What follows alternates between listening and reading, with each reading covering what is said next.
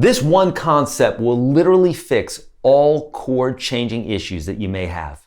If you're new to playing chords, or if you've been playing chords for a long time, one issue that folks have is moving from one chord to the next. Now, if that's not you, if you don't have any issues with this, go to another video because this one's not for you. But if you do have issues with going from one chord to another chord, let me tell you the silver bullet that's absolutely going to help you understand this, okay? Now, it's kind of loosely based on something that I call IBM or the inventory breakdown method. Track with me here for just one moment. If we were crossing a river and say there were some stones on these rivers, wouldn't it be a good thing for us to observe the next rock that we're going to jump to make sure that we can get to it, to make sure that it's in the direction that we're going to be jumping, to make sure there's not slime on it, etc., right? Of course, you're shaking your head, yes. Okay, well, what we want to do is we want to think the same thing when it comes to our chords.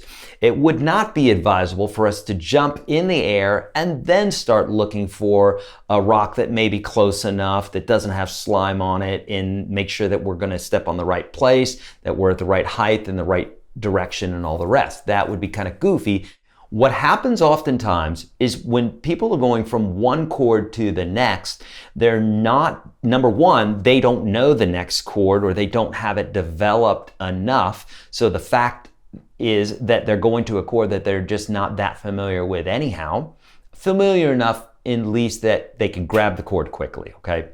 So that's going to be part of this concept. But the other part of this is taking some sort of inventory in regards to their fingers, where their fingers are going to go, and really breaking this down into the minutiae, the specific parts, okay? This is the magic of all this. And if you don't do this, the chances of you just landing on that chord is not going to be very good. Here's why. A lot of people, when they're going from one chord to another, will just jump to that chord, and they'll do it over and over and over again, hoping that it's going to happen. Now, here's the problem.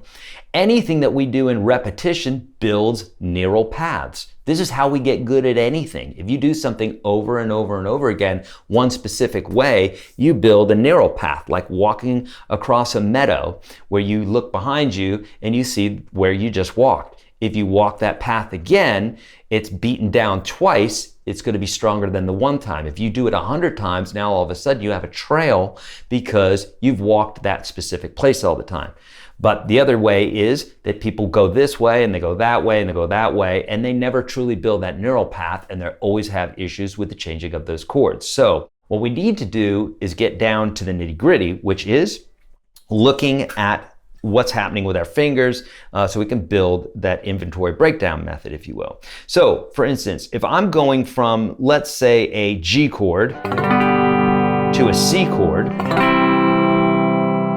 one thing that I want to do is, at the very least, I want to observe what fingers are moving, what fingers are the same, what fingers don't need to move, etc. Because if you don't do this, you're going to be doing a lot more work and you're just going to be building bad habits. So for instance, if I'm going from a G chord to a C chord, something I might observe is these two fingers are the same, or at least the way that I'm playing this G chord.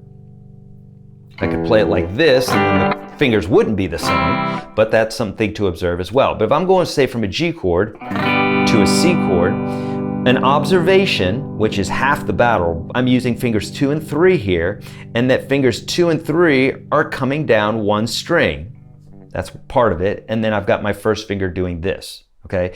That is the beginning of our neural path.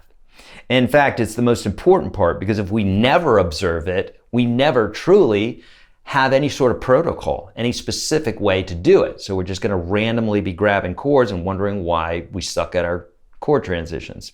So if we do this though, we observe it, and now the second part, the other half of this, is the practicing of it and getting it quicker. A lot of guitar teachers will say, just move all fingers all at once. Well, nothing is like that. Everything's built by steps. Sometimes the steps are so close together it will seem as if it's happening all at once, like if I move my hand from here to here. But realistically, I have several fingers. They're all hitting those strings at different times. even though it seems like they're hitting all at the same time. If we slowed it way down, we'd see that it's a step-by-step process. It's just happening very quickly. So that's how our brains work. Why wouldn't we do that for our brains, is teach it this way? If I'm going from the G chord to the C chord, I first observe, and then I practice a specific routine. So that's half the battle right there, moving these two fingers down one string and then adding my first finger. Okay, we're doing the observance of it, and then we go back to our transition, okay? Now, part of this is the whole crossing the river bit. We have to, first off, understand what's happening in the chord first. Using inventory breakdown method, this finger's doing that, or this finger's at this fret on this string, etc. It's held in this position. That's what I mean by that's the inventory, okay? But then observing what the movement is, that's yet something else. Then practicing it is yet something else. This is all part and parcel. But once we have the basic of whatever two chords we're working on, I don't suggest doing anything more than two chords at a time. We need to use hyperfocus in this. It's very important. I'm on one chord. I only need to think about that next chord and what its dynamics are. So boom, I do that. More than anything, instead of learning of the chord, what we're doing is we're building a protocol in our brain of how to access that next chord. And doing this is going to help with any two chord combinations, three chord combinations, and so on that you're going to be doing. We're at our C chord. Now we need to think about the G chord. Well, what's actually happening? Well, we're moving these two fingers back down one string, and this first finger's coming up, and our pinky's coming down. That's essentially the inventory. Here it is. 1, 2, 3. 1, 2, 3. Okay, now this lesson is not how to go from a G chord to a C chord. It's for you to understand this concept. If this escapes you and you're like, I don't have time for that, you're going to continue to have problems with your chords. It's understanding this basic concept and then just applying it to two chords. Do this with two chords, and then once you get this down, you can do this with any other two chords that you're working with. Also, something else to do is don't strum.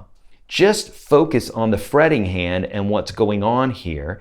That will also help with your hyper focus. You're going to strum this thing fine, and eventually you will strum it and you'll be playing it with songs and everything. But doing this is going to allow you to hyper focus and really get to where you can play these chords very quickly. Again, two chords and two chords only, and then you have another two chords. Do it with that.